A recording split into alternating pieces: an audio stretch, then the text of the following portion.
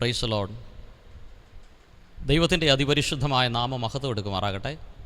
എല്ലാവരെയും ക്രിസ്തുയേശുവിൻ്റെ നാമത്തിൽ ഞാൻ വന്ദനം ചെയ്യുകയാണ്. തുടർന്നുള്ള നിമിഷങ്ങളിൽ ദൈവവചന ധ്യാനത്തിന് വേണ്ടി നമുക്കൊരു വാക്യം വായിക്കാം. 121 സങ്കീർത്തനം അതിൻ്റെ 4 വാക്യം. ഇസ്രായേലിൻ്റെ പരിപാലകൻ മയങ്ങുകയില്ല, ഉറങ്ങുകയുമില്ല. നമ്മുടെ കർത്താവിൻ്റെ സ്വഭാവത്തെ അവിടെ കാണിക്കുകയാണ്. അവിടുന്ന് ഇസ്രായേലിൻ്റെ പരിപാലകനാണ്. അവിടുന്ന് ഉറങ്ങുന്നില്ല, മയങ്ങുകയുമില്ലെന്ന് ബൈബിൾ പറയുകയാണ്. നാം തിരുവചനം പഠിക്കുമ്പോൾ നമുക്കറിയാം, യേശു കർത്താവ് നമുക്ക് പിതാവാകുമ്പോൾ നാം ദൈവത്തിൻ്റെ മക്കളായി മാറുകയാണ്. അല്ലെങ്കിൽ യേശുവിനെ കൈക്കൊണ്ട് യേശുവിൻ്റെ നാമത്തിൽ വിശ്വസിക്കുന്ന ഏവർക്കും ദൈവത്തിൻ്റെ മക്കളാകാൻ അവൻ അധികാരം കൊടുത്തു എന്നാണ് തിരുവചനം പറയുന്നത്. അപ്പോൾ ദൈവം നമ്മുടെ പിതാവാകുമ്പോൾ നാം ദൈവത്തിൻ്റെ മക്കളായി മാറുകയാണ്. കർത്താവ് ലോകത്തിൻ്റെ വെളിച്ചമാകുമ്പോൾ നാം വെളിച്ചത്തിൻ്റെ മക്കളായിത്തീരുകയാണ്. അപ്പോൾ ഇവിടെ കർത്താവിൻ്റെ ഒരു സ്വഭാവം പറയുകയാണ്, ഇസ്രായേലിൻ്റെ പരിപാലകൻ മയങ്ങുകയില്ല, ഉറങ്ങുകയില്ല. അങ്ങനെയെങ്കിൽ ദൈവത്തിൻ്റെ സ്വഭാവം കർത്താവ് മയങ്ങാത്തവനായി ഉറങ്ങാത്തവനായി ഇരിക്കുമ്പോൾ മക്കളായ നമ്മുടെ ജീവിതത്തിൻ്റെ അകത്ത് എങ്ങനെയാണ്, എപ്രകാരമാണ് നമ്മുടെ സ്വഭാവം വരേണ്ടത്? യെശയ്യാ പ്രവാചകൻ്റെ പുസ്തകം 5-ാം അധ്യായത്തിൻ്റെ 27 വരുമ്പോൾ തിരുവചനം ഇങ്ങനെയാണ് പറയുന്നത്: അവരിൽ ഒരുത്തനും ക്ഷീണിക്കുകയോ ഇടറുകയോ ചെയ്യുകയില്ല, ഒരുത്തനും ഉറക്കം തൂങ്ങുകയില്ല, ഉറങ്ങുകയുമില്ല. അവരുടെ അരക്കച്ച അഴിയുകയില്ല, ചെരുപ്പ് വാറ് പൊട്ടുകയുമില്ല. അപ്പോൾ തുടർന്നുള്ള നിമിഷങ്ങളിൽ നമ്മൾ ഒരുമിച്ച് ധ്യാനിക്കുവാൻ പോകുന്ന വിഷയം ഉറക്കം എന്ന് പറയുന്ന വിഷയമാണ്. ഉറക്കം എന്ന് പറയുമ്പോൾ ഒരു സാധാരണ ആരോഗ്യമുള്ള മനുഷ്യൻ ഉറങ്ങുന്ന 6 മണിക്കൂർ അല്ലെങ്കിൽ 8 മണിക്കൂർ ആ ഒരു ഉറക്കത്തെക്കുറിച്ചല്ല ഞാൻ പറയുന്നത്. അതിൻ്റെ എല്ലാം അപ്പുറമായി മനുഷ്യ ജീവിതത്തിൻ്റെ അകത്തുണ്ടാകുന്ന ആ ഒരു ഗാഢനിദ്ര, അല്ലെങ്കിൽ കുറേ കൂടി ഉറക്കം, കുറേ കൂടി കൈകെട്ടി കിടക്കുന്ന അനുഭവം, അങ്ങനെ ഒരു ഉറക്കം നേരിടുന്ന ആരെങ്കിലും ഉണ്ടെങ്കിൽ ആ ഒരു ഉറക്കത്തെക്കുറിച്ചാണ് തുടർന്നുള്ള നിമിഷങ്ങളിൽ നമ്മൾ ഒരുമിച്ച് ചിന്തിക്കുവാനായിട്ട് പോകുന്നത്. ഉറക്കം. സങ്കീർത്തനക്കാരൻ 132-ാം അധ്യായത്തിലേക്ക് വരുമ്പോൾ അതിൻ്റെ 3-ാം വാക്യത്തിൻ്റെ അകത്ത് താൻ ഇങ്ങനെയാണ് പറയുന്നത്: ഞാൻ യഹോവയ്ക്കൊരു സ്ഥലം, യാക്കോബിൻ്റെ വല്ലഭൻ ഒരു നിവാസം കണ്ടെത്തും വരെ ഞാൻ എൻ്റെ കൂടാര വീട്ടിൽ കടക്കിയില്ല, എൻ്റെ ശയ്യമേൽ കയറി കിടക്കുകയുമില്ല. ഞാൻ എൻ്റെ കണ്ണിന് ഉറക്കവും എൻ്റെ കൺപോളയ്ക്ക് മയക്കവും കൊടുക്കുകയില്ല. ദാവീദ് പറയുകയാണ്, ഞാൻ ദൈവത്തിനൊരു വാസസ്ഥലം ഒരുക്കും വരെ, ഞാൻ യാക്കോബിൻ്റെ വല്ലഭൻ ഒരു നിവാസം കണ്ടെത്തും വരെ ഞാൻ എൻ്റെ കൺപോളയ്ക്ക് മയക്കം കൊടുക്കുകയില്ല, എൻ്റെ കണ്ണിന് ഉറക്കം കൊടുക്കുകയില്ല. അപ്പോൾ 2 കാര്യങ്ങളാണ്: മയക്കം, 2 ഉറക്കം. മയക്കമുണ്ട് ജീവിതത്തിൻ്റെ അകത്ത്, അതുപോലെ തന്നെ ഉറക്കമുണ്ട് ജീവിതത്തിൻ്റെ അകത്ത്. അപ്പോൾ നമ്മുടെ ജീവിതത്തിൻ്റെ അകത്ത് ഒരു ആത്മീകൻ ഏതൊക്കെ മേഖലകളിലാണ് ആത്മീക ഉറക്കത്തിൻ്റെ അകത്തേക്ക് പോകുന്നത്? അപ്പോൾ ആത്മീക ഉറക്കം മൂലം നമ്മുടെ ജീവിതത്തിൻ്റെ അകത്ത് സംഭവിക്കുന്ന ഭവിഷ്യത്തുകൾ എന്തൊക്കെയാണ്? ആത്മീകമായ ഉറക്കത്തിൽ നിന്ന് എങ്ങനെ നാം എഴുന്നേൽക്കണം? അപ്പോൾ ഈ വിഷയങ്ങളെക്കുറിച്ചൊക്കെ നമുക്ക് ഒരുമിച്ച് തുറന്നുള്ള നിമിഷങ്ങളിൽ ചിന്തിക്കാം. അപ്പോൾ ഈ 6 മണിക്കൂർ അല്ലെങ്കിൽ 8 മണിക്കൂർ അല്ലെങ്കിൽ അതിൻ്റെ അപ്പുറം പോയാൽ ഒരു 10 മണിക്കൂർ, അതിൻ്റെയൊക്കെ അപ്പുറത്തേക്കുള്ള ഉറക്കം എന്ന് പറയുന്നത് അത് ശരിക്കും ഒരു പോരാട്ടമാണ്. ഞാൻ പറയുന്നത്, നിങ്ങൾ ഒരു ജോലി സ്ഥലത്ത് അധ്വാനിക്കുന്ന ഒരു വ്യക്തിയായിരിക്കാം. ഒരാഴ്ചയിൽ 5 ദിവസം അധ്വാനിച്ചിട്ട് 6ാമത്തെ ഒരു ദിവസം വന്ന് ക്ഷീണിച്ച് കിടന്ന് ഉറങ്ങുന്ന ഉറക്കത്തെക്കുറിച്ചല്ല ഞാൻ പറയുന്നത്. അല്ലെങ്കിൽ നിങ്ങളുടെ ശരീരത്തിൽ ഒരു അനാരോഗ്യം ഉണ്ടാകുമ്പോൾ, എന്തെങ്കിലും ഒരു രോഗമുണ്ടാകുമ്പോൾ നിങ്ങൾ തളർന്നു കിടന്നുറങ്ങുന്ന ആ ഉറക്കത്തെക്കുറിച്ചുമല്ല പറയുന്നത്. അല്ലെങ്കിൽ നിങ്ങളൊരു ദൂരയാത്ര ചെയ്ത് മണിക്കൂറുകൾ വാഹനത്തിലിരുന്ന് ക്ഷീണിച്ച് കടന്നു വരുമ്പോൾ തളർന്നു കിടന്നുറങ്ങുന്ന ഉറക്കത്തെക്കുറിച്ചും അല്ല പറയുന്നത്. നിങ്ങളൊരു യൗവനക്കാരനായിരിക്കുമ്പോൾ, നിങ്ങൾ പൂർണ്ണ ആരോഗ്യമുള്ളൊരു വ്യക്തിയായിരിക്കുമ്പോൾ, സാധാരണ ഒരു മനുഷ്യൻ ഉറങ്ങുന്നതിനേക്കാൾ അപ്പുറമായി ഒരു ഗാഢനിദ്ര, കുറച്ചും കൂടെ ഉറങ്ങിയേക്കാം, അല്ലെങ്കിൽ കുറച്ചും കൂടെ കഴിഞ്ഞെഴുന്നേൽക്കാം, ഒരു അരമണിക്കൂറും കൂടെ കിടക്കട്ടെ, അല്ലെങ്കിൽ ഒരു അല്പനേരം കൂടെ കഴിയട്ടെ, അങ്ങനെ ഒരു ഉറക്കത്തിൻ്റെ അകത്തേക്ക്, ഒരു മയക്കത്തിൻ്റെ അകത്തേക്ക് നിങ്ങളുടെ ജീവിതം പോയിക്കൊണ്ടിരിക്കുന്നുവെങ്കിൽ ഇത് നിങ്ങൾക്കുള്ള സന്ദേശമാണ്. ഈ സന്ദേശം നിങ്ങൾ കേൾക്കുമ്പോൾ പരിശുദ്ധാത്മാവ് ഈ തിരുവചനത്തിലൂടെ നിങ്ങളുടെ മേൽ ആ ഗാഢനിദ്ര, പിശാച് കൊണ്ടിട്ടിരിക്കുന്ന ആ ഗാഢനിദ്രയുടെ ആ സ്പിരിറ്റിനെ, ആ ആത്മാവിനെ ദൈവം പൊളിക്കും. പ്രാർത്ഥനയിൽ നിങ്ങളെ ഉണർത്തുവാനായിട്ടിടയായിത്തീരും. അപ്പോൾ യെശയ്യാ പ്രവാചകൻ്റെ പുസ്തകം 29:10 വരുമ്പോൾ ബൈബിൾ പറയുകയാണ്, യഹോവ ഗാഢനിദ്ര നിങ്ങളുടെ മേൽ പകർന്ന് നിങ്ങളുടെ കണ്ണുകളെ അടച്ചിരിക്കുന്നു. അപ്പം ഗാഢനിദ്ര നിങ്ങളുടെ മേൽ പകർന്ന്, the spirit of deep sleep എന്നാണ് ഇംഗ്ലീഷിൽ കൊടുത്തിരിക്കുന്നത്, ഗാഢനിദ്രയുടെ ആത്മാവ്. അപ്പോൾ ഗാഢനിദ്ര എന്ന് പറയുന്നത് ഒരു സ്പിരിറ്റാണ്, ഗാഢനിദ്രയുടെ ആത്മാവ്. എന്നിട്ട് പറയുകയാണ്, നിങ്ങളുടെ കണ്ണുകളെ അടച്ചിരിക്കുന്നു. അപ്പോൾ ഗാഢനിദ്ര ഒരുവൻ്റെ മേൽ വരുമ്പോൾ, ഉറക്കത്തിൻ്റെ ആത്മാവ് ഒരുവൻ്റെ മേൽ വരുമ്പോൾ അവൻ്റെ ദർശനം മങ്ങുവാനായിട്ടിടയായിത്തീരും. ആത്മീക കണ്ണുകൾ അടഞ്ഞു പോകുവാനായിട്ടിടയായിത്തീരും. അവൻ്റെ ദർശനം നഷ്ടമാകും, അവൻ്റെ പ്രാർത്ഥന നഷ്ടമാകും. ദൈവമായിട്ടുള്ള ആ ഇടപാടുകൾക്കകത്ത് ദൈവശബ്ദം കേൾക്കാൻ കഴിയാതെ വണ്ണം അവൻ്റെ കാതുകൾ മന്ദമായി മാറുവാനായിട്ടിടയായിത്തീരും. അപ്പോൾ ഗാഢനിദ്രയുടെ ഒരു സ്പിരിറ്റ്, ആത്മാവ്, അതൊരു ആത്മാവാണ്, അതൊരു സ്പിരിറ്റാണെന്ന് ബൈബിൾ പറയുകയാണ്. അതുകൊണ്ടാണ് റോമാലേഖനം 11:8 വരുമ്പോൾ ബൈബിൾ ഇങ്ങനെ പറയുന്നത്, ദൈവം അവർക്ക് ഇന്ന് വരെ ഗാഢനിദ്രയും കാണാത്ത കണ്ണും കേൾക്കാത്ത ചെവിയും കൊടുത്തു എന്നെഴുതിയിരിക്കുന്നുവല്ലോ. അപ്പോൾ ഗാഢനിദ്രയുടെ ആത്മാവ് ഒരുവനിൽ വരുമ്പോൾ കണ്ണ് കാണാൻ കഴിയാതെ വരുന്നു എന്ന് പറഞ്ഞാൽ ആത്മീക നയനങ്ങൾ അടയപ്പെടുകയാണ്, ആത്മീക കാതുകൾ അടയപ്പെടുകയാണ്, ദൈവശബ്ദം കേൾക്കാൻ കഴിയത്തില്ല, ദൈവിക ഇടപെടലുകളെ തിരിച്ചറിയാൻ പറ്റത്തില്ല. അപ്പോൾ ഗാഢനിദ്രയുടെ ആത്മാവ് നമ്മിൽ പ്രവേശിച്ചാൽ നമ്മുടെ ദർശനങ്ങൾ നഷ്ടമാകും, നമ്മുടെ വെളിപ്പാടുകൾ നഷ്ടമാകും, ദൈവശബ്ദം കേൾക്കാൻ കഴിയാതാകും. എപ്പോഴും നമുക്കൊരു ക്ഷീണമായിരിക്കും, എപ്പോഴും നമുക്കൊരു ഉറക്കമായിരിക്കും, പ്രാർത്ഥിക്കാൻ കഴിയത്തില്ല, വചനം ധ്യാനിക്കാൻ കഴിയത്തില്ല, വചനം വായിക്കുമ്പോൾ ഉറക്കം വരും, പ്രാർത്ഥിക്കാൻ ഇരിക്കുമ്പോൾ ഉറക്കം വരും. എന്തിന്, ആരാധനയുടെ നടുവിൽ പോലും നാം ഉറങ്ങിപ്പോകുന്ന അനുഭവങ്ങൾ വരും. അപ്പോൾ ഈ ഉറക്കം ആർക്കാണ് ശരിക്കും വന്നിരിക്കുന്നത്? ഉൽപ്പത്തി പുസ്തകം 49:9 പറയുകയാണ്, യഹൂദ ഒരു ബാലസിംഹം, മകനെ നീ ഇരപിടിച്ച് കയറിയിരിക്കുന്നു, അവൻ കുനിഞ്ഞ സിംഹം പോലെയും സിംഹി പോലെയും പതുങ്ങിക്കിടക്കുന്നു, അവനെ എഴുന്നേൽപ്പിക്കും. അപ്പോൾ ഇവിടെ തുടരെയുള്ള ഉറക്കത്തിൻ്റെ അകത്തേക്കും മയക്കത്തിൻ്റെ അകത്തേക്കും പോയിരിക്കുന്ന ആരാണ്? യഹൂദ. ഒരു ബാലസിംഹമായിരിക്കുന്ന യഹൂദയാണ് പോയിരിക്കുന്നത്. എന്ന് പറഞ്ഞാൽ ആൾ യൗവനക്കാരനാണ്, വയസ്സ് 18 ഉള്ളൂ, അല്ലെങ്കിൽ വയസ്സ് 15 ഉള്ളൂ. പക്ഷേ 65 കഴിഞ്ഞ വെല്ലിച്ചൻ കിടന്നുറങ്ങുന്നത് പോലെ ഇപ്പോഴും എന്താണ്, ഉറക്കമാണ്. ഇപ്പം എഴുന്നേൽക്കാൻ പറ്റുന്നില്ല. അപ്പം യഹൂദ ബാലസിംഹമാണ്, പക്ഷേ അവനെ എഴുന്നേൽപ്പിക്കാൻ കഴിയാത്ത നിലവാരത്തിൽ അവൻ ഉറങ്ങിക്കിടക്കുകയാണ്. അപ്പോൾ പ്രായമായ ഒരാൾ ഉറങ്ങുന്നത് ഒരു സ്വാഭാവികമായ ഒരു കാര്യമാണ്. ശാരീരിക ക്ഷീണം കൊണ്ട് എന്ത് ചെയ്യാം, ഉറങ്ങിപ്പോകാം. അല്ലെങ്കിൽ ഞാൻ ആദ്യം പറഞ്ഞില്ലേ, ഒരു യാത്ര കഴിഞ്ഞ് ഒരാൾ ഉറങ്ങുന്നത് സ്വാഭാവികമാണ്. നിങ്ങൾ തുടർമാനമായി ജോലി ചെയ്ത് കഴിഞ്ഞ് വന്ന് കിടന്നുറങ്ങുന്നത് സ്വാഭാവികമാണ്. എന്നാൽ ഇതിൻ്റെ എല്ലാം അപ്പുറത്തേക്ക് ഈ പിന്നെയും എഴുന്നേൽക്കാൻ കഴിയാതെ തളർന്ന് കിടന്ന് മണിക്കൂറുകൾ കിടന്ന്, അല്ലെങ്കിൽ 24 മണിക്കൂർ ഉറങ്ങുന്നു, ഭക്ഷണം കഴിഞ്ഞുറങ്ങുന്നു, അങ്ങനെയുള്ള അനുഭവങ്ങൾ. രാവിലെ 9 മണി വരെ ഉറങ്ങുന്നു, അല്ലെങ്കിൽ 10 മണി വരെ ഉറങ്ങുന്നു, ഇനി 10 മണി കഴിഞ്ഞിട്ടും എഴുന്നേൽക്കാൻ കഴിയാതെ ഉറങ്ങുന്നു, പല്ല് തേച്ച് കാപ്പി കുടിച്ചിട്ട് പിന്നെ ഉറങ്ങുന്നു. അപ്പോൾ ഇങ്ങനെയുള്ള അനുഭവങ്ങൾ വരുന്നത് അതൊരു സ്പിരിറ്റാണ്. അപ്പം നല്ല ആരോഗ്യമുള്ള യൗവനക്കാരൻ, നല്ല ഉന്മേഷത്തിലായിരിക്കുന്ന ഒരുവൻ ഉറങ്ങിപ്പോകുന്ന അനുഭവം, ഒരാത്മീകന ഉറങ്ങുന്നത്, അത് ഒരു പോരാട്ടമാണ്. അപ്പോൾ ഈ ശരിക്കും നാം എത്തി നിൽക്കുന്നത് ഒരു അന്ത്യകാലഘട്ടത്തിൻ്റെ അകത്താണ്. യേശുവിൻ്റെ മാറോട് ചേർന്നിരുന്ന യോഹന്നാൻ പറയുന്നത് ഇങ്ങനെയാണ്, കുഞ്ഞുങ്ങളെ, ഇത് അന്ത്യനാഴികയാകുന്നു. അപ്പോൾ ഒരു അന്ത്യനാഴികയിൽ, ഒരു അന്ത്യകാലത്ത് നാം എത്തി നിൽക്കുകയാണ്. അപ്പോൾ അന്ത്യനാഴിക എന്നൊക്കെ പറയുമ്പോൾ ബൈബിൾ മറുവശത്ത് പറയുന്നു, ഇതൊരു കൊയ്ത്തിൻ്റെ കാലഘട്ടമാണ്, ഇതൊരു കൊയ്ത്തിൻ്റെ നാഴികയാണ്. അപ്പം ഉറക്കത്തിൻ്റെ ആത്മാവ് എങ്ങനെയാണ് ഒരുവനേക്ക് പ്രവേശിക്കുന്നത്? ബൈബിൾ പറയുന്നത് ഇങ്ങനെയാണ്, സദൃശവാക്യം 19:15, മടി ഗാഢനിദ്രയിൽ വീഴിക്കുന്നു. അപ്പോൾ മടിയാണ് ഒരു മനുഷ്യനെ ഗാഢനിദ്രയ്ക്കകത്തേക്ക് വീഴിക്കുന്നത്. എന്നിട്ട് അടുത്ത വാക്ക് പറയുകയാണ്, അലസചിത്തൻ പട്ടിണി കിടക്കും. അപ്പോൾ മടിയൻ പട്ടിണി കിടക്കുമെന്നാണ് ബൈബിൾ പറയുന്നത്. മടിയാണ് ഒരുവനെ ഗാഢനിദ്രയിലേക്ക് വീഴിക്കുന്നത്. ഒരുവൻ്റെ ജീവിതത്തിൻ്റെ അകത്ത് ഈ ഉറക്കത്തിൻ്റെ സ്പിരിറ്റ്, ഉറക്കത്തിൻ്റെ ആത്മാവ് കൊണ്ടിടുന്നത് മടിയാണ്.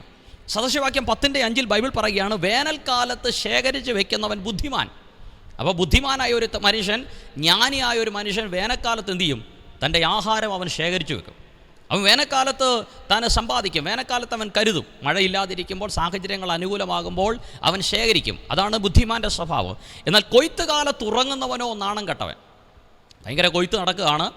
അപ്പോൾ ഈ കൊയ്ത്ത് കാലത്ത് മൂടിപ്പൊതച്ച് കിടന്നുറങ്ങുന്നവനെ ബൈബിൾ വിളിക്കുകയാണ് നാണം കെട്ടവനെന്ന് വിളിക്കുകയാണ്. അപ്പോൾ ഇതൊരു കൊയ്ത്ത് കാലമാണ്.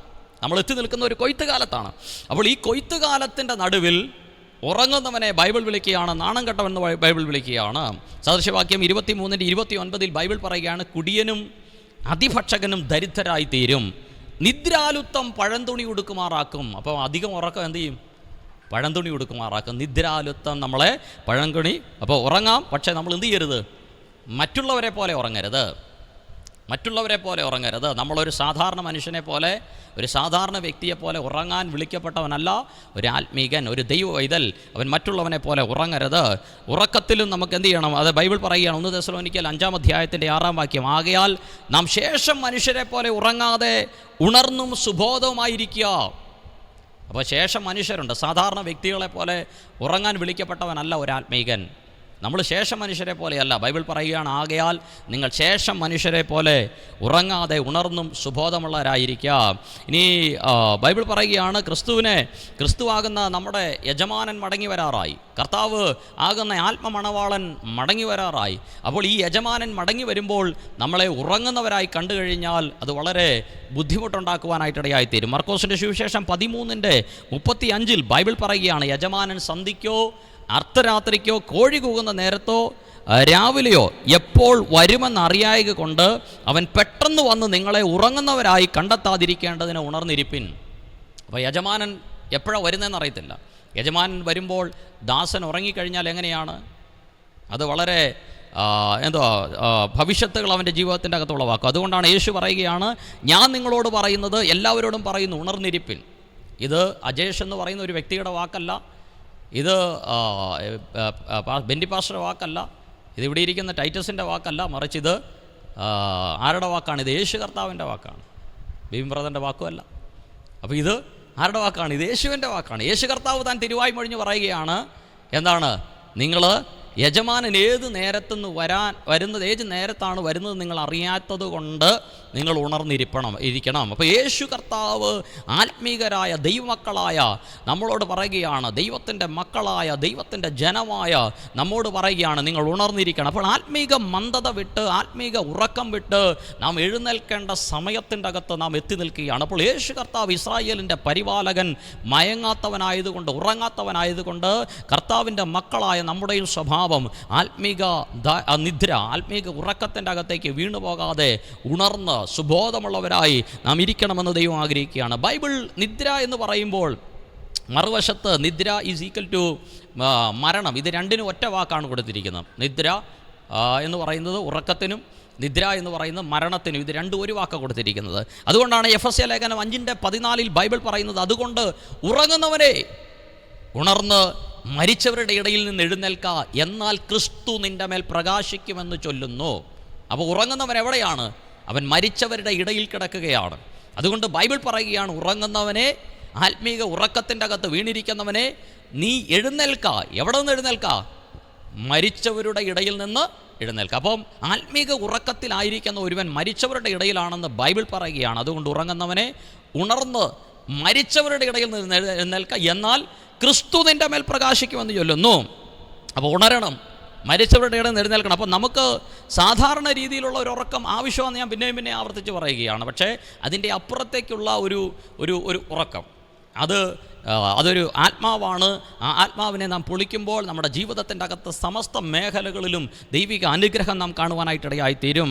അപ്പോൾ നോക്കി, ഇനി ശരിക്കും ഇത് ആരാ ഉറങ്ങുന്നത്? സങ്കീർത്തനം 76:6 പറയുകയാണ്, യാക്കോബിൻ്റെ ദൈവമേ, നിൻ്റെ ശാസനയാൽ തേരും കുതിരയും ഗാഢനിദ്രയിൽ വീണു.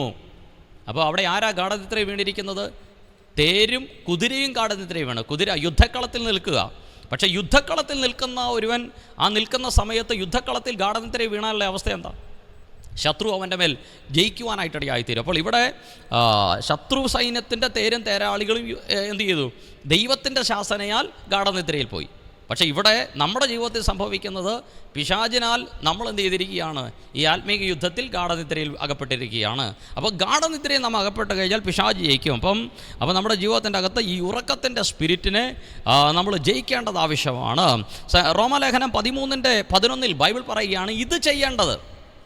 എന്താ ചെയ്യേണ്ടത്? ഉറക്കത്തിൽ നിന്ന് ഉണരുവാൻ നാഴിക വന്നിരിക്കുന്നു എന്നിങ്ങനെ നിങ്ങൾ സമയത്തെ അറിയുകയാൽ തന്നെ.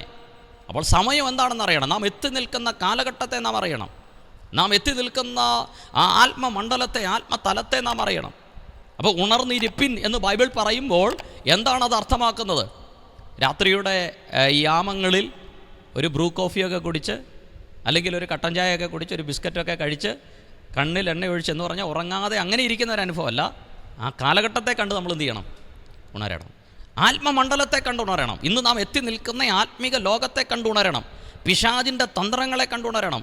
ശത്രുവായവൻ എങ്ങനെയാണ് ഒരു ദൈവവൈദ്യനെതിരെ പൊരുതുന്നതെന്ന് അറിഞ്ഞ് നാം ഉണരണം. അതുകൊണ്ടാണ് ബൈബിൾ പറയുന്നത് ഇത് നാം ചെയ്യേണ്ടത്. എന്താണ് ചെയ്യേണ്ടത്? അതെ, ഉറക്കത്തിൽ നിന്ന് ഉണരുവാൻ നാഴിക വന്നിരിക്കുന്നു എന്നിങ്ങനെ നിങ്ങൾ സമയത്തെ അറിയാൽ തന്നെ. എന്നിട്ട് അടുത്ത വാക്ക് പറയുകയാണ്, നാം വിശ്വസിച്ച സമയത്തേക്കാൾ ഇപ്പോൾ നമുക്ക് രക്ഷ അധികം അടുത്തിരിക്കുന്നു. എന്താണ് രക്ഷ? പത്രോസ് താൻ ലേഖനം എഴുതുമ്പോൾ പറയുന്നു, അന്ത്യകാലത്ത് വെളിപ്പെടുവാൻ ഒരുങ്ങിയിരിക്കുന്ന രക്ഷയ്ക്ക് വിശ്വാസത്തിൽ ദൈവശക്തിയിൽ കാക്കപ്പെടുന്ന നിങ്ങൾക്ക് വേണ്ടി. അപ്പോൾ അന്ത്യകാലത്ത് രക്ഷ വെളിപ്പെടാൻ പോകുകയാണ്. എന്താണ് അന്ത്യകാലത്ത് വെളിപ്പെടുന്ന രക്ഷ? അത് മറ്റൊന്നുമല്ല, കർത്താവായ യേശു ക്രിസ്തുവിൻ്റെ പുനരാഗമനമാണ്. അപ്പോൾ യേശു കർത്താവ് വരുവാൻ സമയമെടുത്തിരിക്കുകയാണ്. ലോക സംഭവങ്ങൾ മുഴുവൻ കാന്തൻ്റെ വരവിനെ വിളിച്ചു അറിയിക്കുമ്പോൾ ദൈവവചനം പറയുകയാണ്, നിങ്ങൾ വിശ്വസിച്ച സമയത്തേക്കാൾ ആ രക്ഷ, ആ പുനരാഗമനം, ആ വീണ്ടെടുപ്പ് അത് അടുത്തിരിക്കുകയാണ്. കർത്താവിൻ്റെ വരവ് ആസന്നമായിരിക്കുകയാണ്. അതുകൊണ്ട് സമയത്തെ അറിയുന്ന നിങ്ങൾ ഉണരണമെന്ന് വചനം പറയുകയാണ്. അപ്പോൾ നമ്മൾ ഉണരണം. അപ്പോൾ എങ്ങനെയാണ് ഉണരേണ്ടത്? എങ്ങനെ ഉണരണം? ഏത് സാഹചര്യത്തിലാണ് നാം ഉറങ്ങുന്നത്? ഒന്ന് രാജാക്കന്മാരുടെ പുസ്തകം 1 രാജാക്കന്മാർ 19:5 വരുമ്പോൾ അവിടെ ചൂരച്ചെടിയുടെ തണലിൽ കിടന്നുറങ്ങുന്ന ഒരു അഭിഷക്തനെ കാണാം. അവൻ്റെ പേര് ഏലിയാവെന്നാണ്. അങ്ങനെ അവൻ ചൂരച്ചെടിയുടെ തണലിൽ കിടന്നുറങ്ങുമ്പോൾ പെട്ടെന്നൊരു ദൂതൻ അവനെ തട്ടി അവനോട് എഴുന്നേറ്റ് തിന്നുക എന്ന് പറഞ്ഞു. അവൻ ഉണർന്നു നോക്കിയപ്പോൾ കനന്മേൽ ഒരു അടയും ഒരു തുരുത്തി വെള്ളവും അതേ തലയ്ക്കലിരിക്കുന്നത് കണ്ടു. അവൻ തിന്നു, കഴിച്ചു, പിന്നെയും കിടന്നുറങ്ങി. നമ്മുടെ കാര്യമാണ് പറയുന്നത്. തിന്നു, കഴിച്ചു, പിന്നെയും കിടന്നുറങ്ങി. നിയോഗങ്ങൾ നമ്മുടെ മേലുണ്ട്, ദൂരയാത്രകൾ നമ്മുടെ മേലുണ്ട്, ദൈവിക പദ്ധതികൾ നമ്മുടെ മേലുണ്ട്. ദൂതന്മാർ പലപ്പോഴും നമ്മെ തട്ടി എഴുന്നേൽപ്പിക്കുന്നുണ്ട്. ദൈവവചനത്തിലൂടെ പരിശുദ്ധാത്മാവ് നമ്മെ തട്ടി എഴുന്നേൽപ്പിക്കുന്നുണ്ട്. പക്ഷേ പിന്നെയും ഏലിയാവിനെ പോലെ നാം തിന്നു, കുടിച്ചു, പിന്നെയും കിടന്നുറങ്ങുന്ന അനുഭവം. പക്ഷേ ഈ ദിവസങ്ങളിൽ എഴുന്നേൽക്കട്ടെ. അപ്പോൾ ഇവിടെ ഇത് ഈ ഉറക്കത്തിൽ നിന്ന് എഴുന്നേൽക്കേണ്ട സമയമാണെന്ന് നമ്മൾ പറയുമ്പോൾ ഇവിടെ ഏലിയാവിനെ ഉറക്കിയത് എന്താണ്? ഒരു കാലഘട്ടത്തിൽ ദൈവത്തിന് വേണ്ടി ശക്തമായി ഉപയോഗിക്കപ്പെട്ട അഭിഷക്തൻ, തീയിറക്കിയവൻ, ആകാശത്തെ അടച്ചവൻ, പ്രാർത്ഥനയാൽ ആകാശത്തെ തുറന്നവൻ, ബാലിൻ്റെ പ്രവാചകന്മാരെ കളഞ്ഞവൻ. ഇപ്പോൾ ഇതാ ഉറങ്ങുകയാണ്. എങ്ങനെയാണ് ഈ ഏലിയാവ് ഉറക്കത്തിലേക്ക് വീണത്? എന്താണ് ആ ഉറക്കത്തിൻ്റെ കാരണം? അതെ, ബൈബിൾ പറയുകയാണ്, അവൻ്റെ ആ ഗാഠനിദ്രയുടെ ആത്മാവ് അവനെ പ്രവേശിക്കാൻ കാരണം അവൻ്റെ മേൽ ആ യെസബേലിട്ട ഭയം, ആ ഭീതി, അതാണ് അവനെ ഉറക്കത്തിലേക്ക് കൊണ്ടെത്തിച്ചത്. അപ്പോൾ ഭയം നമ്മിൽ വന്നാൽ, ഭീതി നമ്മിൽ വന്നാൽ, മറ്റുള്ളവരുടെ വെല്ലുവിളികളെ നാം കേട്ടാൽ, അതിനെ നാം ഏറ്റെടുത്താൽ, അത് നമ്മെ ആത്മീക ഉറക്കത്തിലേക്ക് കൊണ്ടെത്തിക്കും. അപ്പോൾ ഒന്നാമതായിട്ട് ആത്മീക ഉറക്കം നമ്മിൽ സംഭവിക്കാൻ ഉണ്ടാകുന്ന സാഹചര്യം എന്ന് പറയുന്നത് ഭയം, ഭീതി, മറ്റുള്ളവരുടെ വെല്ലുവിളികളെ നാം കേൾക്കുന്ന, അത് നാം ഏറ്റെടുത്ത് അതിന് ചെവി കൊടുത്ത് നാം ഓടുന്ന അവസ്ഥ. ഇതെല്ലാം നമ്മെ ആത്മീക ഉറക്കത്തിൻ്റെ അകത്തേക്ക് കൊണ്ടെത്തിക്കും. 1 രാജാക്കന്മാർ 19:4 താനോ മരുഭൂമിയിൽ ഒരു ദിവസം വഴി ചെന്ന് ചൂരച്ചെടിയുടെ തണലിരുന്ന് മരിപ്പാനിച്ഛിച്ചു. ഇപ്പോൾ മതി കർത്താവേ, ഇപ്പോൾ മതി യഹോവേ, എൻ്റെ പ്രാണനെ എടുത്തുകൊള്ളണമേ, ഞാൻ എൻ്റെ പിതാക്കന്മാരെക്കാൾ നല്ലവനല്ലല്ലോ എന്ന് പറഞ്ഞു.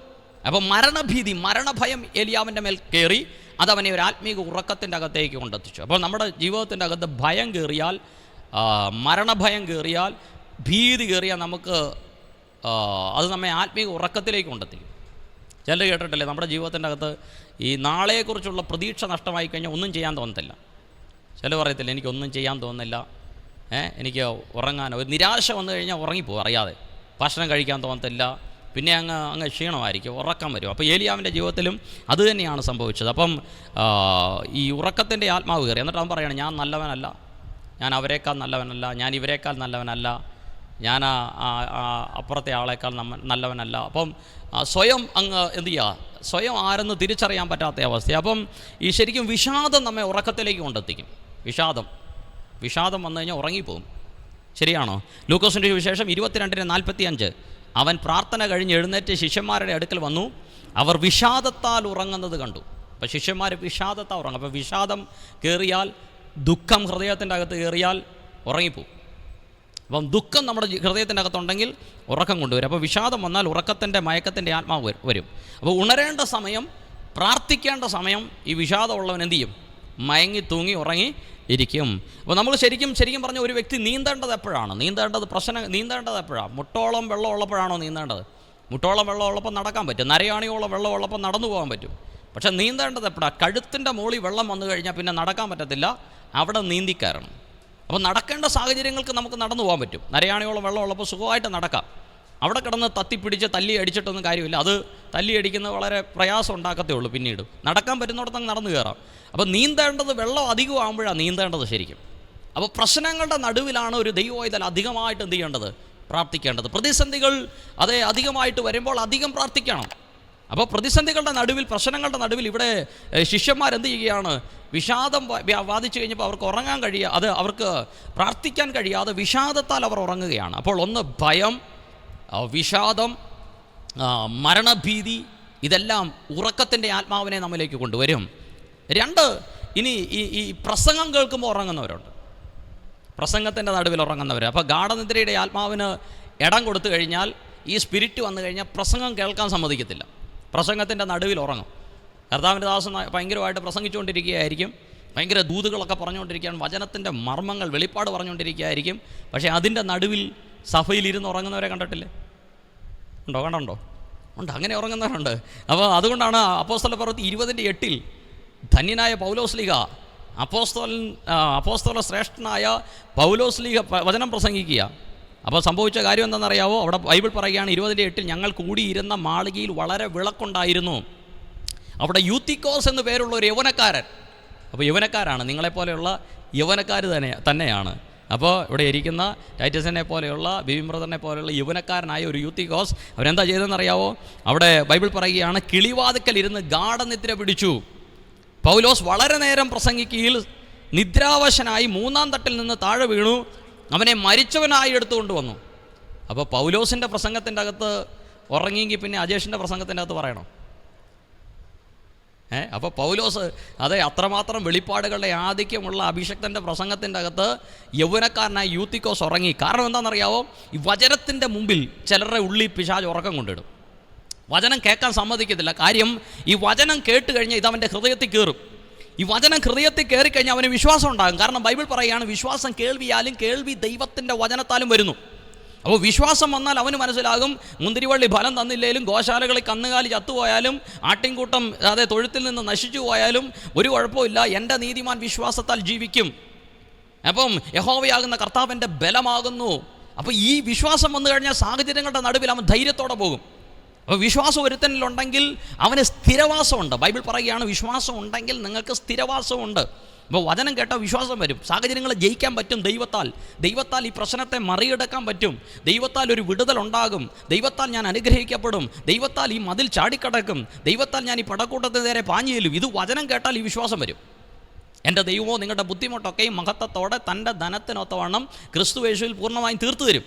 ഇത് വചനം കേട്ടാൽ ഇത് മനസ്സിലാകും, എൻ്റെ ബുദ്ധിമുട്ടുകളെ മാറ്റുന്ന ഒരു ദൈവം എനിക്കുണ്ടെന്നും ബുദ്ധിമുട്ടുകൾ മാറുമെന്നുള്ളൊരു ബോധ്യം വചനം കേട്ടാൽ വരും. അതുകൊണ്ട് പിശാച് എന്ത് ചെയ്യത്തില്ല? വചനം കേൾക്കാൻ സമ്മതിക്കില്ല. അതുകൊണ്ട് പ്രസംഗം ആരംഭിക്കുന്നതേ ഇവൻ്റെ ഉള്ളി പിശാച് ഇവൻ്റെ മേലെ ഉറക്കം കൊണ്ടിടും. അതുകൊണ്ടാണ് നല്ല ആക്റ്റീവായിട്ടിരിക്കുന്നവർ പ്രസംഗിക്കാൻ പാസ് കയറുന്ന അന്നേരം തൊട്ടേ എന്ത് ചെയ്യും? ഉറങ്ങാൻ തുടങ്ങും. ഇരുന്നുറങ്ങും, അല്ലേ? ഇരുന്നുറങ്ങും, നല്ല സ്വസ്ഥമായിട്ട് ഇരുന്നുറങ്ങും. അപ്പോൾ ഇതാണ് കാരണം. എന്താണെന്നറിയോ? വചനം കേൾക്കാൻ സമ്മതിക്കത്തില്ല. കാരണം അത് നല്ല പ്രസംഗം കേൾക്കുമ്പോൾ ഈ ശരിക്കും എന്താ പറയുക സംഭവിക്കുന്ന കാര്യം എന്താ അറിയാമോ? ഈ വചനം ഉള്ളിൽ കയറിക്കഴിഞ്ഞാൽ ഇവൻ വിടുതൽ പ്രാപിക്കും. വചനം ഉള്ളിൽ കയറിക്കഴിഞ്ഞാൽ അനുഗ്രഹം അവനുണ്ടാകും. വചനം കേട്ട് കഴിഞ്ഞാൽ, വചനം ഉള്ളിൽ കയറിക്കഴിഞ്ഞാൽ ഇവൻ്റെ ബുദ്ധി തെളിയും. വചനം ഉള്ളിൽ കയറിക്കഴിഞ്ഞാൽ ഇവൻ്റെ ചിന്താഗതികൾ മാറും. വചനം ഉള്ളിൽ കയറിക്കഴിഞ്ഞാൽ ഇവൻ്റെ ജീവിത രീതി മാറും. ഇവന് ഉയർച്ച ഉണ്ടാകും, ഇവന് നന്മയുണ്ടാകും, അനുഗ്രഹം ഉണ്ടാകും. അപ്പോൾ ഇതറിയാവുന്ന പിശാച് വചനം ഉള്ളിൽ കയറാൻ എന്ത് ചെയ്യത്തില്ല? സമ്മതിക്കത്തില്ല. അപ്പോൾ അതുകൊണ്ടാണ് ഈ ഉറക്കം കൊണ്ടുവരുന്നത്. അതുകൊണ്ട് ശരിക്കും നല്ല കൈയടിച്ച് ആരാധിക്കുക, ജനം ഹല്ലേലൂയ പറയുക വചനത്തിൻ്റെ മുമ്പിൽ. പക്ഷേ അതിൻ്റെ നടുവിൽ ഒരുവൻ എന്ത് ചെയ്യുക? ഉറങ്ങുക. അപ്പോൾ അതിൻ്റെ നടുവിൽ പാസ്റ്റേഴ്സ് ചിലപ്പോൾ പറയുന്നത് കേട്ടല്ലേ, നിങ്ങളൊരു ഹല്ലേലൂയ പറഞ്ഞാട്ടെ. അപ്പോൾ ജനം ഹല്ലേലൂയ പറയുന്നത് ശരിക്കും ഈ ഹല്ലേലൂയ പറഞ്ഞാട്ടെ എന്ന് പറയുന്നത് എന്തിനാണ്? ഉറങ്ങുന്ന ഇവനെയൊക്കെ ഒന്ന് എഴുന്നേൽപ്പിക്കാൻ വേണ്ടി ഹല്ലേലൂയ പറഞ്ഞാട്ടെ എന്ന് പറയുന്നത്. കാരണം ഇവൻ എങ്ങനെയേലും ഒരു വചനം കേട്ടോട്ടെ, എങ്ങനെയേലും ഇവൻ്റെ ഉള്ളിലൊരു വചനം കയറട്ടെ, കാരണം ഇവൻ്റെ ബുദ്ധി ഒന്ന് തെളിയട്ടെ, ഇവൻ്റെ ചിന്താഗതികളൊന്ന് മാറട്ടെ, തീരുമാനങ്ങൾക്കകത്തൊരു മാറ്റം ഉണ്ടാകട്ടെ, ഒരു നന്മ വരട്ടെ, ഉയർച്ച വരട്ടെ എന്ന് ആഗ്രഹിക്കുന്നത് കൊണ്ടാണ് ഇടയ്ക്കൊരു ഹല്ലേലൂയൊക്കെ എന്ത് ചെയ്യുന്നത്, പറയിപ്പിക്കുന്നത്. അപ്പം ചിലപ്പോൾ ഈ പിശാച് പക്ഷെ സമ്മതിക്കത്തില്ല, ഉറക്കിക്കളയും, കാരണം വചനം കേട്ടിയ മാറും. അപ്പം ഈ ഗാഠനിദ്രയുടെ ആത്മാവ് വന്നു കഴിഞ്ഞാൽ ഈ ഗാഠനിദ്രയുടെ ആത്മാവ് എന്ത് ചെയ്യും, പ്രസംഗത്തിൻ്റെ ഇടയിൽ ഉറക്കിക്കളയും, വചനം കേൾക്കാൻ സമ്മതിക്കാതെ ഉറക്കും. ഇനി ഈ ഗാഠനിദ്രയുടെ ആത്മാവ് വന്നു കഴിഞ്ഞാൽ അടുത്ത് ഗത്സമനയിലും ഈ ആത്മാവ് ഉറക്കിക്കളയും. ഗത്സമനയ്ക്കകത്തും ഉറക്കും. ഗത്സമന എന്ന് പറയുമ്പോൾ നമുക്കറിയാം, ശരിക്കും യേശുവിൻ്റെ വിയർപ്പ് കണങ്ങൾ നിലത്ത് വീഴുന്ന രക്തഗണങ്ങളായി മാറിയ സ്ഥലമാണ് ഗത്സമന. അതിവേദനയാൽ യേശു കർത്താവ് പ്രാർത്ഥിച്ച ഇടമായിരുന്നു ഗത്സമന. പക്ഷേ ഈ ഗത്സമനയ്ക്കകത്ത് ഒരു കൂട്ടം ഉറങ്ങുക. 12 ശിഷ്യന്മാർ ഒരുവൻ യൂദാ ഇസ്കരിയോത്ത് പോയി, 11 ഉണ്ട്. 11 അകത്ത് 8 തോട്ടത്തിൻ്റെ പുറത്ത് കിടന്നുറങ്ങുന്നു. 3 സെപ്പറേറ്റ് യേശു വിളിച്ചുകൊണ്ട് അകത്ത് കയറുകയാണ്. പക്ഷേ അകത്ത് കയറിയപ്പോൾ ഈ പത്രോസ്, യാക്കോബ്, യോഹന്നാൻ ഈ 3 പേരും ഗത്സമനയ്ക്കകത്ത് ഉറങ്ങുക. ഗത്സമന പ്രാർത്ഥനയാണ്. യേശു കർത്താവിൻ്റെ ആ വിയർപ്പ് കണങ്ങൾ നിലത്ത് വീണ രക്തത്തുള്ളികളായി മാറുകയാണ്. അത്രമാത്രം അതിയാതനയാൽ യേശു കർത്താവ് പ്രാർത്ഥിക്കുന്ന സ്ഥലമാണ് ഗത്സമന. ആ ഗത്സമനയിൽ ഉറങ്ങുകയാണ്. ഗത്സമനയിൽ ഉറങ്ങിക്കഴിഞ്ഞാൽ എന്നാ കുഴപ്പമെന്നറിയാം, ഈ ഗത്സമനയിൽ ഉറങ്ങിയവനാണ് അതേ അകലം വിട്ട് അനുഗമിച്ചത്. ഈ ഗത്സമനയിൽ ഉറങ്ങിയവനാണ് ചെതറി ഓടിയത്. ഈ ഗത്സമനയിൽ ഉറങ്ങിയവനാണ് വാളുകൊണ്ട് മൽക്കോസിൻ്റെ കാതറത്തത്. അപ്പോൾ ഗത്സമനയിൽ പ്രാർത്ഥനയ്ക്കകത്ത് ഉറങ്ങുന്നവൻ കൂട്ടു സഹോദരൻ്റെ കാതറക്കുന്നവനായിരിക്കും. എന്ന് പറഞ്ഞാൽ കൂട്ടു സഹോദരനെ വേദനിപ്പിക്കുന്നവനായിരിക്കും പ്രാർത്ഥനയിൽ ഉറങ്ങുന്നവൻ. പ്രാർത്ഥനയിൽ ഉറങ്ങുന്നവൻ കർത്താവിനെ വിട്ട് സാഹചര്യം വരുമ്പോൾ, പ്രതികൂലം വരുമ്പോൾ പിന്മാറി ഓടുന്നവനായിരിക്കും. ഇനി അപ്പോൾ അതുകൊണ്ട് ഈ ദിവസങ്ങളിൽ നമ്മുടെ ജീവിതത്തിൻ്റെ അകത്ത് ഭയത്തിൻ്റെ അല്ലെങ്കിൽ ഭീതിയുടെ, വിഷാദത്തിൻ്റെ ആ വിഷാദം മൂലം ഉറക്കത്തിൻ്റെ ആത്മാവ് വന്നിട്ടുണ്ടെങ്കിൽ യേശുക്രിസ്തുവിൻ്റെ നാമത്തിൽ അത് പുറത്തു പോകട്ടെ. ഇനി നമ്മുടെ ജീവിതത്തിൻ്റെ അകത്ത് പ്രസംഗത്തിൻ്റെ ഇടയിൽ ഉറങ്ങിപ്പോകുന്ന, വചനം കേൾക്കാൻ കഴിയാതെ വണ്ണം ഉറക്കുന്ന ആത്മാവുണ്ടെങ്കിൽ യേശുവിൻ്റെ നാമത്തിൽ അത് മാറിപ്പോകട്ടെ. ഗത്സമനയിൽ പ്രാർത്ഥനയിൽ നമ്മെ ഉറക്കുന്ന ആത്മാവ്, പ്രാർത്ഥിക്കാൻ കഴിയാതെ വണ്ണം ഉറക്കം കൊണ്ടിടുന്ന, ക്ഷീണം കൊണ്ടിടുന്ന, തളർച്ച കൊണ്ടിടുന്ന ആത്മാവ് നമ്മിൽ വ്യാപരിക്കുന്നെങ്കിൽ യേശുക്രിസ്തുവിൻ്റെ നാമത്തിൽ അത് മാറിപ്പോകട്ടെ. ഇസ്രായേലിൻ്റെ പരിപാലകൻ മയങ്ങുന്നില്ല, ഉറങ്ങുന്നില്ല. അതുകൊണ്ട് കർത്താവിൻ്റെ മകനായ ഞാൻ, ദൈവത്തിൻ്റെ മകളായ ഞാൻ, എൻ്റെയും സ്വഭാവം, ഞാൻ സാഹചര്യങ്ങളിൽ സാഹചര്യങ്ങളെ കണ്ട് ഉണരുന്നവനാണ്. ഞാൻ ഉണർന്നിരുന്ന് പ്രാർത്ഥിക്കുന്നവനാണ്. അതുകൊണ്ട് ദാവീദ് പറഞ്ഞ പോലെ നമുക്കും പറയാം, ഇസ്രായേലിൻ്റെ ദൈവത്തിന്, യാക്കോവിൻ്റെ വല്ലഭന് ഒരു നിവാസം കണ്ടെത്തും വരെ ഞാൻ എൻ്റെ കണ്ണിന് ഉറക്കം കൊടുക്കുകയില്ല, എൻ്റെ കൺപോളയ്ക്ക് നിദ്ര ഞാൻ കൊടുക്കുകയില്ല. അതുകൊണ്ട് നമുക്ക് ഉണരാം, കാലഘട്ടങ്ങളെ കണ്ട്, സാഹചര്യങ്ങളെ കണ്ട് ഉണരാം. അതിനായി ദൈവം സഹായിക്കട്ടെ എന്ന് പറഞ്ഞ് ഞാൻ എൻ്റെ വാക്കുകൾക്ക് വിരാമം കുറിക്കുന്നു. ദൈവം നമ്മെ ഒരുമിച്ച് അനുഗ്രഹിക്കുമാറാകട്ടെ.